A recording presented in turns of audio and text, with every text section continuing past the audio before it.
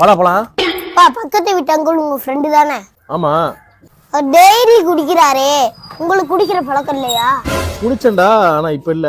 அப்ப சிகரெட்டு? அது இருந்துச்சு, ஆனா இப்ப பண்றது இல்ல. எதனால உங்க கெட்ட பழக்கத்தை எல்லாத்தையும் விட்டீங்க? இல்ல, அதுதான் என் சந்தோஷம்னு ஒரு காலத்துல வாழ்ந்துகிட்டு இருந்தேன். அதுக்கப்புறம் உங்க அம்மா என் லைஃப்ல வந்தா, நீங்க வந்தீங்க.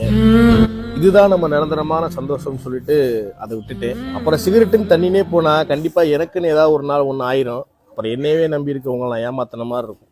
போதும், அப்பா இல்லாம நான் பட்ட கஷ்டத்தை உங்களுக்கு கொடுக்க நான் விரும்பல. உங்களுக்காக எல்லாத்தையும் விட்டுட்டேன்டா.